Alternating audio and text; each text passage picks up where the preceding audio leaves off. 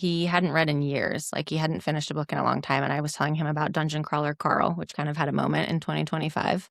And he read it and then immediately read all of the following 6 and is now like on a fantasy RPG book escapade after not reading for so long. He just hadn't found something that was like fun to read. And if you haven't found that, it's out there. You got to find it. Yeah. Read what feels easy and natural to you where you are in that phase of life. And if you pick up a book and you hit the first 30 pages and you're like, not right now, it's not right now. There's no reason for you to sit down and try and grudge your way through that when there's something else that probably would feel. Well, that's a pretty debatable topic, right? It's like if you are reading a book and you hate it, some people will like force themselves to finish it. Abandon it. Yeah, Abandon it. I have a shelf on my Goodreads profile that's like books I abandoned, and I'm like happily accumulating them because I'm like, if this doesn't work for me, then don't suffer. Like, there's so many good books to read. I think people get in a reading funk because they're insistent that they need to read this book, or they're insistent that it's like, the personal development book.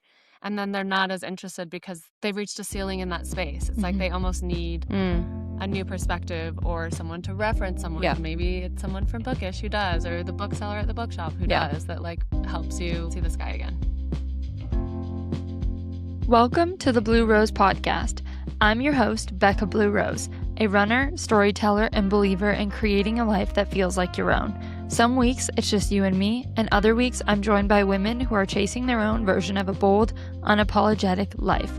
Together, we explore what it really means to take risks and trust your own path. Today, I'm joined by Whitney and Amanda, the sisters behind Bookish Salt Lake City, a community built around one simple idea: get people together to read. What started with 12 people has grown into something so much bigger, and in this episode, we talk about how it all began. Please welcome Whitney and Amanda to the show. I'm Whitney Warren, a co-founder of Bookish. And I'm the little sister Amanda. Why don't you start off and tell me a little bit about you before Bookish? Yeah, I come from big tech background. So I was in a partnerships role working for Cisco Systems for 6 years. Yeah, started at a startup, we got acquired, and then was a little fish in a really big pond, which was a great learning opportunity. I actually really loved my job and had a great time. Primarily, I was working like in between our marketing and sales team. I was in a partnerships role, so really opening the door to a lot of our sales pipelines was where I came from. Left corporate America in July of 2025 to do Bookish full time and never looked back. I love it. And you? Completely different background. I was in visual merchandising and worked for Nordstrom and Lululemon while I was living in Los Angeles. Okay. So more of a creative, went to FITM, pursued fashion and styling while I was living in LA, and have always enjoyed, creating to whatever degree. Well, I feel like those two things pair really well when you're trying to make a business together. So what is Bookish? Let's start there. Yeah, Bookish is really a reading party, but more than it's gathering people together to read, it's a movement towards literacy, I guess.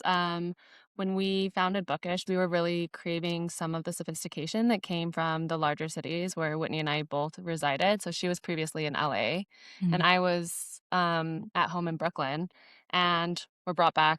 COVID stories, we all know them, brought back to our hometown. And yeah, after having been here for a year or so, it was kind of like, okay, how are we connecting to our community in a larger way and in a way that feels really authentic to us, and also in a way that is, I'm going to just make the statement of non-polarizing. Books are a thing that I think a lot of people can agree on, and we felt like there was a really nice Venn diagram there for Utah culture.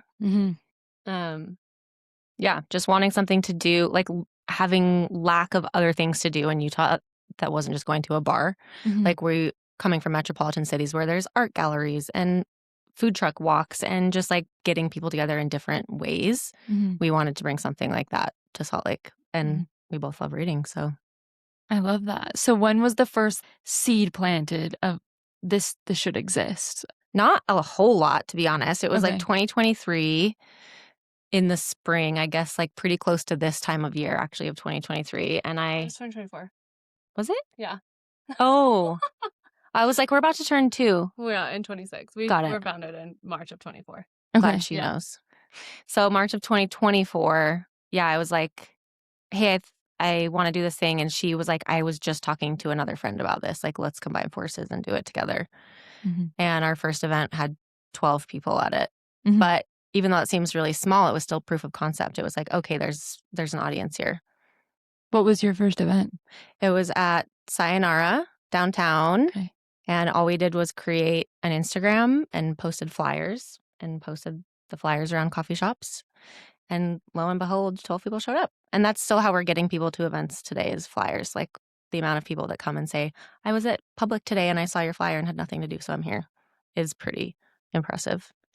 I mean, I think there's something to that though, because I feel like I always read the bulletin boards at coffee shops because It's a go-to place. well, and like everyone is trying to make friends. Everyone wants something to do. Everyone like I feel like we're kind of in this movement of like everyone is stopping drinking as much. At least in my circles, like a lot of people are like, I don't want to be drinking anymore. I want to make friends. I want to learn. And so I always read those and go to them. And then it's like it takes away the oh, I need to find this online or I need to find this on Instagram because I also think people are tired of scrolling on Instagram. Totally. Yeah. So And a lot of our people in our circle aren't on Instagram. So even though we do reach a lot of people that way, there are plenty of people not on socials at all who will see it in person, analog. That's awesome. Yeah. Would you say that like it was always this vision of becoming a like bigger business, or was it originally just like we just want like a community and we want to read books together? Started small. I don't think I had the foresight, and I don't know about Amanda if she like envisioned it getting as big as it is now and growing into the spaces that we have now, but it was just like, let's get people together to read and connect and talk off of their phones. Mm-hmm. Yeah, I don't know. Looking back at it, maybe I had a future vision for it, but if I didn't then, I definitely do now. So it's like maybe hard to separate the two things. I think there is like a little bit of a snowball effect that comes with momentum. So it's easy to be like, okay, what's the next bigger and badder thing we're going to do? Like, how are we going to continue to expand and explode on this idea? And, how can we keep it catered to its roots while also like honoring the wings that Bookish has? Mm-hmm. So maybe both. Maybe it's both. Yeah. Yeah. Were you guys always like wanting to be entrepreneurial, or just like just woke up one day and I still don't even consider myself an entrepreneur. I'm like, yeah. I would never categorize myself as that. So for me, that's a big fat no. Like, I'm like, I don't, that word still, I'm like, what do you do? I don't understand it. Like, what does that mean? That's So fair. to say that that's like what we're doing, and maybe it's imposter syndrome, but Yeah. not for me. Okay. No, I would be on the opposite side of that fence. I'm like very scrappy and I consider myself extremely financially literate too. So like there's always been one of my legs or arms that's like reaching for some weird concepty pool. I mean, I didn't dip into NFTs or Bitcoin, which Maybe we should maybe have. we should. But no, I mean, if it's like reselling your clothes or hosting a whatever type of party that we've been working on. I mean, even when I was doing programming at Lululemon back in New York, there was like some odd end stuff where you're trying to like have a little side hustle. So Mm-hmm. I've kind of always had An entrepreneurial spirit, as people say. yeah. Entrepreneurial. Say that 10 times fast. I can't. can't. Yeah. That's why I just fucked it up and had to say it again. Entrepreneurial. I saw your guys' video of the like rice eccles. The like that was funny. Your guys' content is very good. Oh, I like it thanks. makes me really it makes me really happy to watch, which I can't say about like a lot of people's social media. So I appreciate it Thanks. a lot. Amanda wasn't sure if we should put that in or not. And I was like, we're human. We don't have to it doesn't have to be perfect every time we post it. Which is like my favorite part actually. I'm just like, this is awesome. So Thank you. Yeah, there's an air of like imperfection that I think is very on brand for Bookish. Like we're homegrown. We're like for the members, by the members. It's like, life isn't a storybook and it doesn't always need to look that way. I think we're comfortable just kind of being who we are.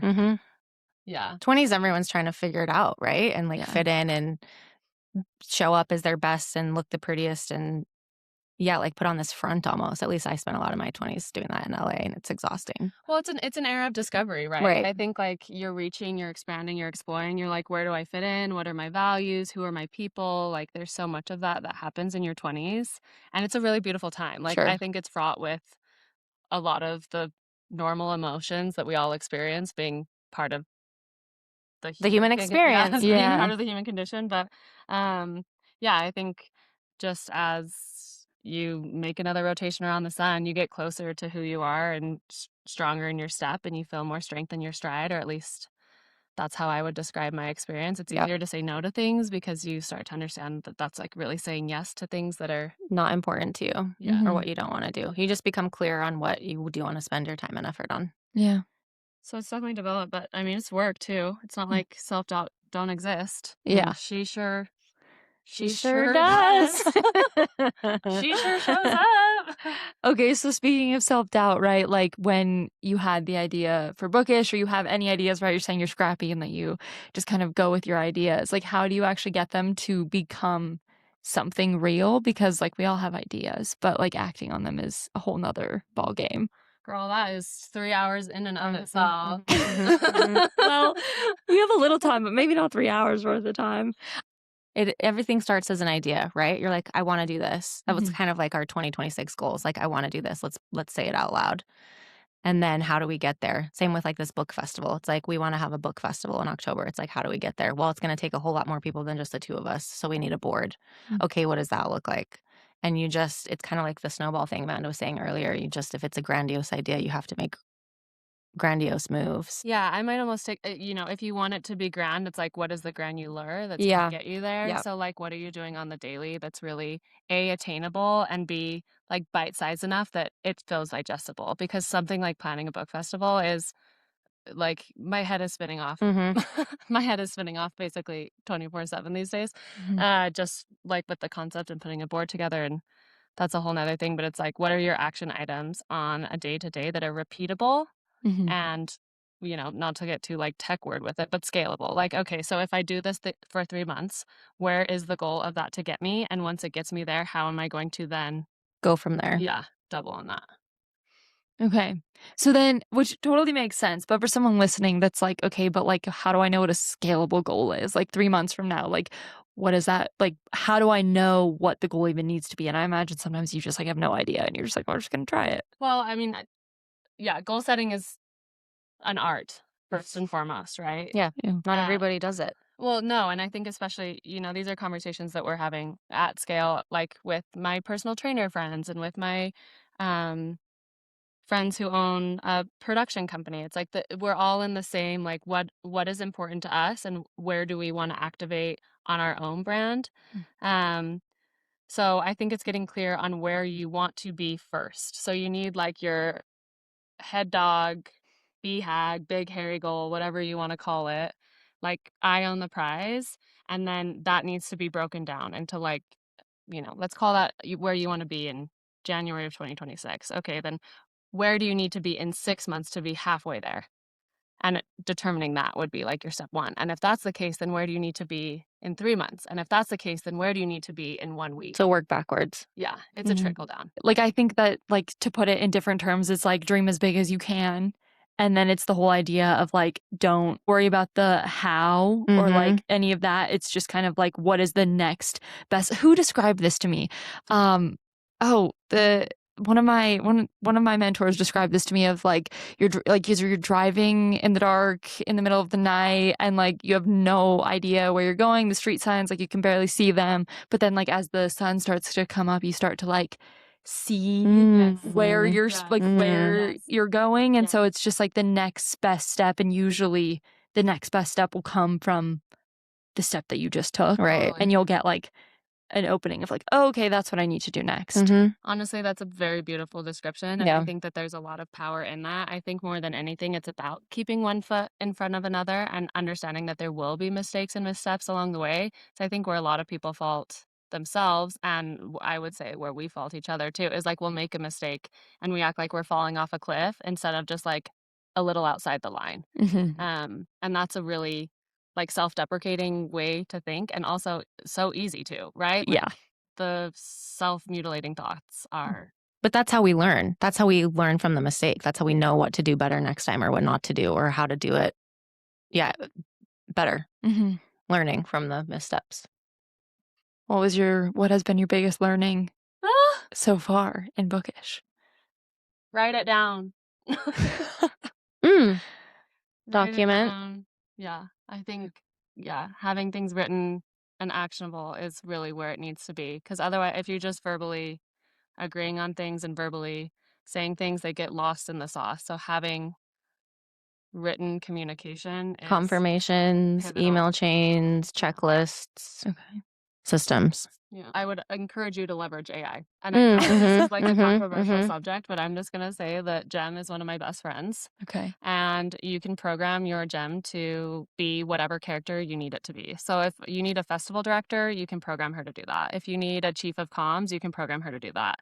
And then you can put your brand voice and tone on top of all of it and have her literally spit out to you what your 3 priorities for today can be. Like a lot of these things can be done leveraging your own like processes. If you use Google Keep or if you're in Google Docs, you can write those up and draw them together, and you can also drop those into your AI platform of choice and be like, this is where I'm at. Where do you see gaps in my work? What should I be working on right now? What should I have prioritized by the end of the week?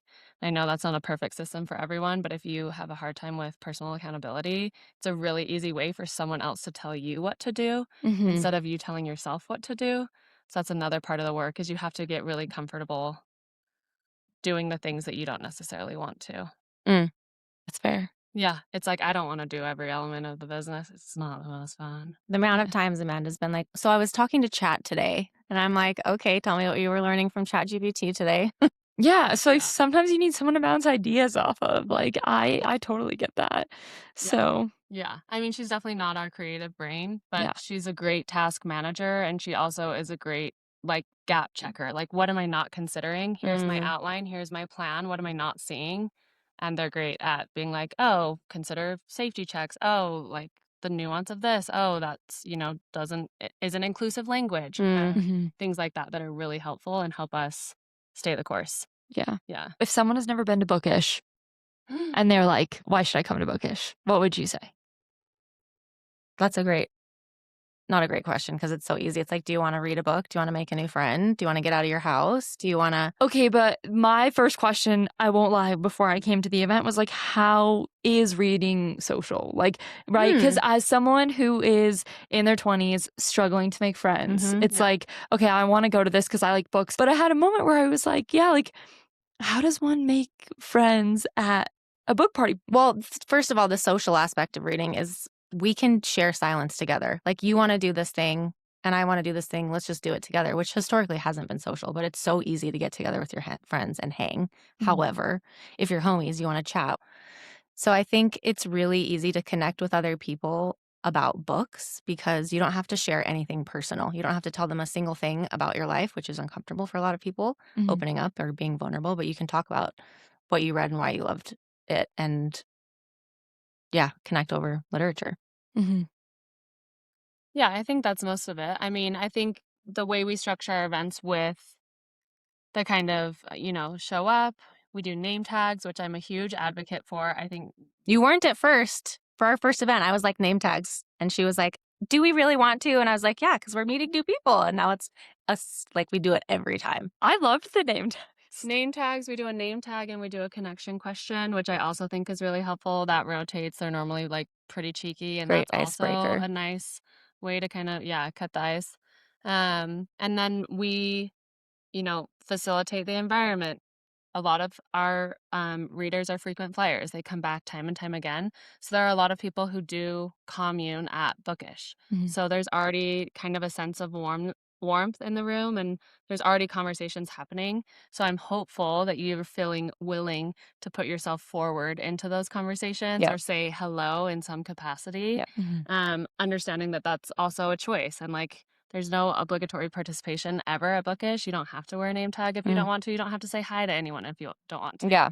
If you just want to show up and sit in the corner and read your book, and that's like your hour of silence outside of your house, and that's your way to do it, like, rock Rock on. on. Yeah. We're with that. Like, we're like, slay, have a nice time. Mhm. Yeah. Be in the corner.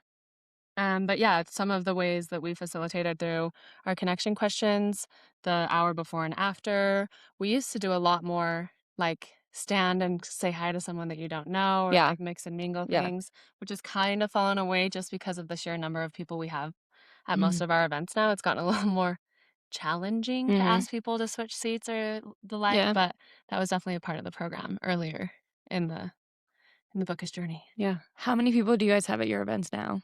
Basically, whatever the fire marshal will allow. Yeah. We Okay. started in bars, and it was originally like, we want to bring a bunch of people to your space on a really quiet night.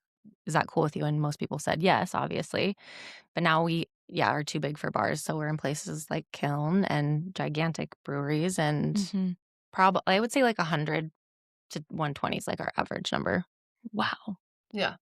Like our event on Tuesday was the smallest one we've had in months. And is that just because it was like a writing event and I think not- so. I think people are afraid of themselves, which honestly I get. I would have avoided myself too. If I mean, I got direct feedback that people were like, oh, letter writing, I'm not coming. scary. Yeah. Yeah. It's like Wow. hard to talk to yourself in the future or talk to yourself at all. Yeah. So then I guess most of your events then are just reading Mhm. now. Mhm. Yeah. So it's Okay. reading time sandwiched by social, right? Yeah. It's like come chit chat, grab a drink, quietly read, and then Okay. hopefully hang and chat about books some more.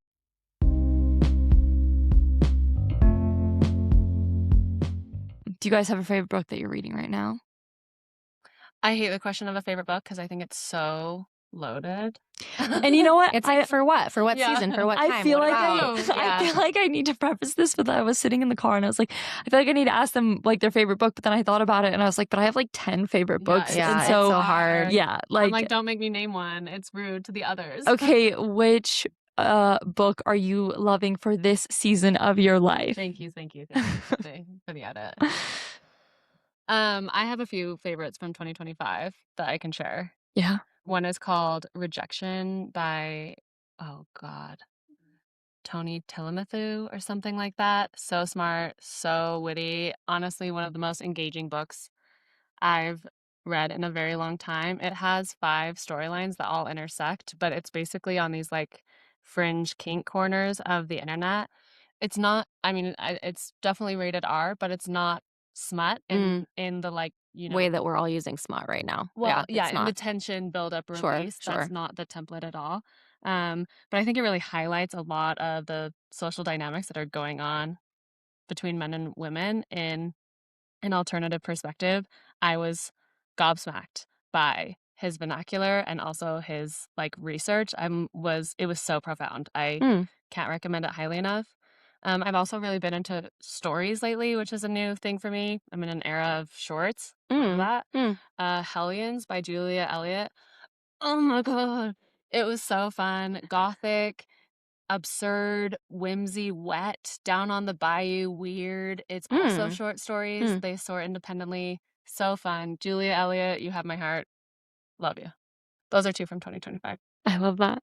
Wow. that I That's hard to absolutely- follow. 2025 was kind of like a what's the word I'm looking for? Like a dry spell of great books for me. I read a lot. I read however many books I read and wasn't really obsessed with any of them until I read Cersei. Song of Achilles and Cersei. And Okay. those are probably the standouts for me. I am a Yeah. sucker for Historical fiction. And that was different because it was a little fantasy because it's like Greek gods, but a little bit more phantasmical.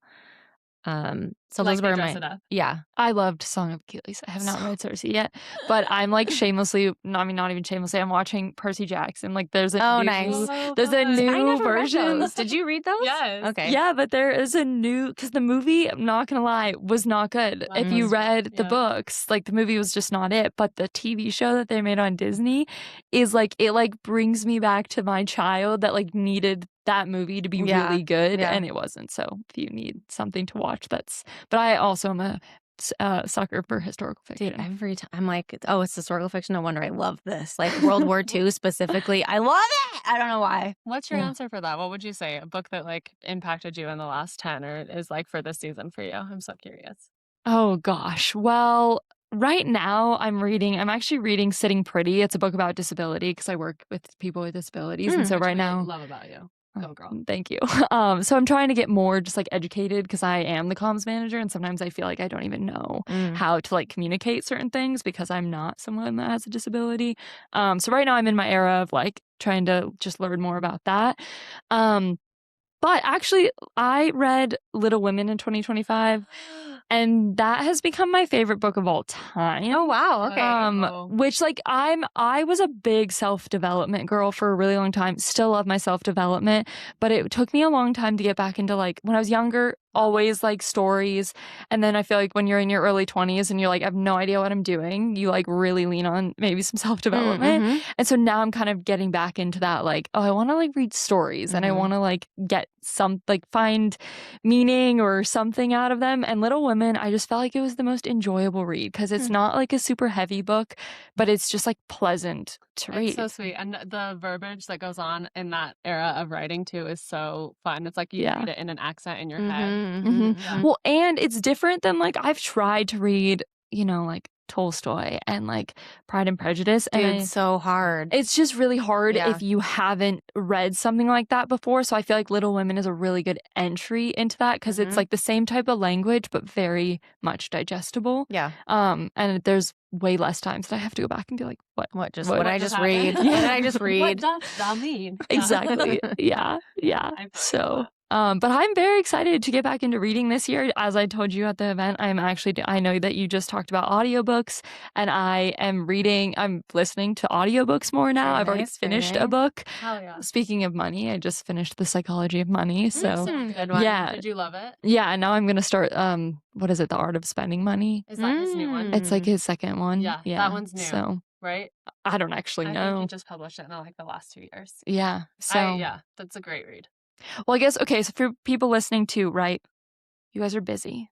We're busy. How do you have time to read? And talk to me about your attention span, because sometimes I sit down to read and I'm like, I have to read the same page 3 times because I feel like I'm like, what did I just? Because my head is like somewhere If I have a else. crazy day, that happens to me too. It's like, Yeah. okay, wait, I'm not really in my body yet. I'm not like comprehending, but I look forward to reading. It's how I end my day every day. Okay. I read before bed, like no phone. Phone goes away at like 10 p.m. I'm reading. And that's like my favorite time of day is when I get in bed because I get to get in bed with my tea and my book. Yeah. So that's how I make time at the end of the day. No, I think attention spans are shrinking, and we're obviously part of our work is combating that. We want people to come back to presence and really be able to deep dive into a story, which is part of the reason we give our readers a full hour to do that and really enjoy. But just like any other hobby, it requires repetition and time and, intention. So I encourage people to turn their phones on Do Not Disturb or set a timer for 15 minutes so that they know that they're reading. Just put your phone in the other room and grab your book because it's so easy to sit down with your book and then grab your phone. Yeah. Do you guys read on your phones? Do you read on your Kindle? I am pro e-reader. I think anything that makes books more accessible is great, whatever that means for you. We have a lot of people that read on their phones. Plenty of Kindles. I have a Kindle. Amanda has a Kindle. Yeah. Read on anything as long as you're reading. Bring a magazine. Yeah. Where did the Audible is not a book and Kindle, people that read books shouldn't have Kindles? Yeah. I mean, I think there's a whole thing with Kindle, which is why I prefer the term e-reader in general, because obviously Kindle is an Amazon product, as is Audible. So those are two, and we don't like Amazon because of what they've done to the indie books shop economy, right? Right. We know that they terrorize them. So I think when people are speaking against Audible and Goodreads and Kindle, what they're actually speaking against is their parent company. So, but that's just my read. Hot take. I mean, I think that's fair. Why do you think people should be going to smaller bookshops instead of like Barnes and Noble, right? Yeah. Because indie bookstores are like, what's the word I'm looking for? Like the essence of community, right? It's like any town can have a Barnes and Noble and you walk into one and they all look the same. But a indie bookstore is culture and community and a gathering place for local stories and local voices. And when an indie bookshop closes, it's like losing a piece of your town's history. Yeah. I love indie bookstores. Who doesn't love an indie bookstore? I mean, it's all I do when I go to cities. Small town, new places. You're like, where's the bookstore? Let's go. Literally, the first thing I do is let me find a coffee shop. Let me find a bookstore. And I am like, I also, I don't know who I heard this from, but I was listening to a podcast and they were like, read the books on your shelf before you buy a new one. Blech. And I was like, that is for someone that likes books, that is so impossible. No, every time I go into a bookstore, I'm going to buy a book. And also, just because it's on your shelf doesn't mean it's what's speaking to you right now. Totally. Be this whole and I obviously read the books on your shelves. I'm not saying don't do that. Yeah. I'm also saying read what feels easy and natural to you where you are in that phase of life. And if you pick up a book and you hit the first 30 pages and you're like, not right now. It's not right now. There's no reason for you to sit down and try and like grudge your way through that when there's something else that probably would feel. Well, that's a pretty debatable topic, right? It's like if you are reading a book and you hate it, some people will like force themselves to finish it. And that's I why they used hate to be one reading. of them, but now it's Not like, finish early. yeah, Do not abandon it. Yeah, Abandon it. I have a shelf on my Goodreads profile that's like books I abandoned, and I'm like happily accumulating them because I'm like, if this doesn't work for me, then don't suffer. Like there's so many good books to read. Yeah. Don't punish yourself with a shitty book. Yeah. How do you guys pick out your books? Like when you go into a bookstore?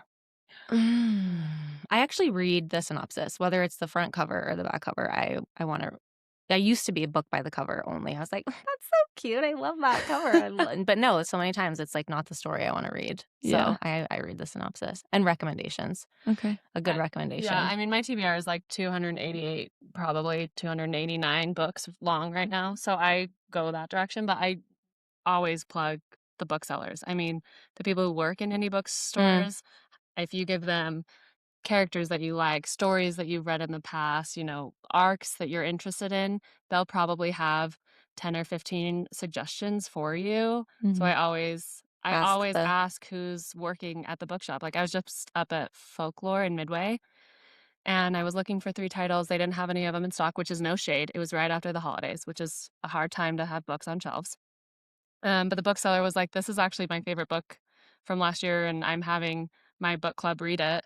And I was like, I'll try that. perfect. Yeah. That sounds wild and weird. And I definitely wouldn't have picked it myself, but it was like a great way to expose myself to something new. So yeah. And even like I Who Have Never Known Men, that came from That was a great bookseller. book. That was Nice. a great book. And yeah, Legendarium. I was like, what are people What's hot right now? what are people picking up? What are you finding? They were like, this is the one. And I was like, that's the one. Yeah. And then it really was the one. That book is fantastic. Yeah, well, I'm really excited about all your guys' recs because now that I feel like I'm finally out of my book funk, it is nice to be exposed. Because, right, when you're in a book funk, you kind of like go to what you're used to, and which is okay. Like, I reread Happy Place by Emily Henry and like People We Meet on Vacation like 3 times because I was like, I need to read something, but this is the only thing that I can get through right now. Yeah. But now I'm excited to I went through a phase where I was like only doing romance.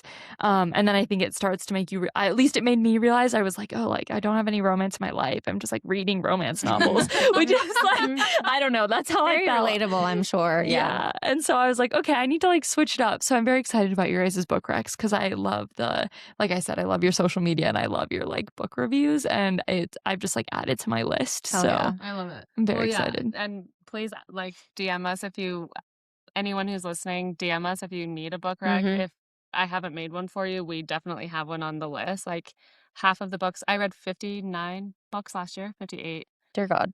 And I think I did 6 book reviews. So it's like the list is long. Yeah. And if I don't know someone, then I can point you to, I can ask the right questions to the right person who can point you to the book of your dreams. Yeah. Yeah. Go ahead. Well, I think people get themselves in like a reading funk. This is just like a long-winded thought, but I think people get in a reading funk and because they're insistent that they need to read this book or they're insistent that it's like, you know, the personal development book or like, and then they're not as interested because they've reached a ceiling in that space. It's like they almost need a new perspective or someone to reference someone. Yeah. Maybe it's someone from Bookish who does, or the bookseller at the bookshop who does, that like helps you, you know, see the sky again. Yeah. Our brother, Nilsson, he hadn't read in years. Like he hadn't finished a book in a long time. And I was telling him about Dungeon Crawler Carl, which kind of had a moment in 2025. And he read it and then immediately read all of the following 6 and is now like on a fantasy RPG Dungeon book, Crawler? book escapade after not reading for so long. He just hadn't found something that was like fun to read. And if you haven't found that, it's out there, but Princess Donut hits. you got to find it. Yeah. No, I love it. My best friend also just sent me a voice message the other day and she was like, I love reading. And I was like, yeah, you do. I was like, are you feeling okay? Because when we lived together in Spain and I would always be reading and go to bookshops and she could never like finish a book. Like she was like, I don't like reading. I don't want to read this. And I was surprised because I like gave her Emily Henry or like Taylor Jenkins Reads. But I was like, I feel like everyone loves those books and they're easy to read and pick up. And she was like, I just couldn't get into it. She read Akatar. Oh and my she, God. and she's hooked. like, I love reading. And now she's so into fantasy and she would have like never known. known that, but she is like at the bookstore, even like starting, what is it, like Brandon Sanderson and like all the other ones. She's And deep. yeah. Brandon Sanderson is a whole nother level. Yeah. So she's like deep in the fantasy world, which is funny because I feel like I've tried fantasy and I'm like, it's just, I can't get into it. But same. I like every time I'm like, oh boy. Well, that's how I feel about romance. I'm like, fantasy I fuck with, romance I cannot. Yeah. Everybody has their thing.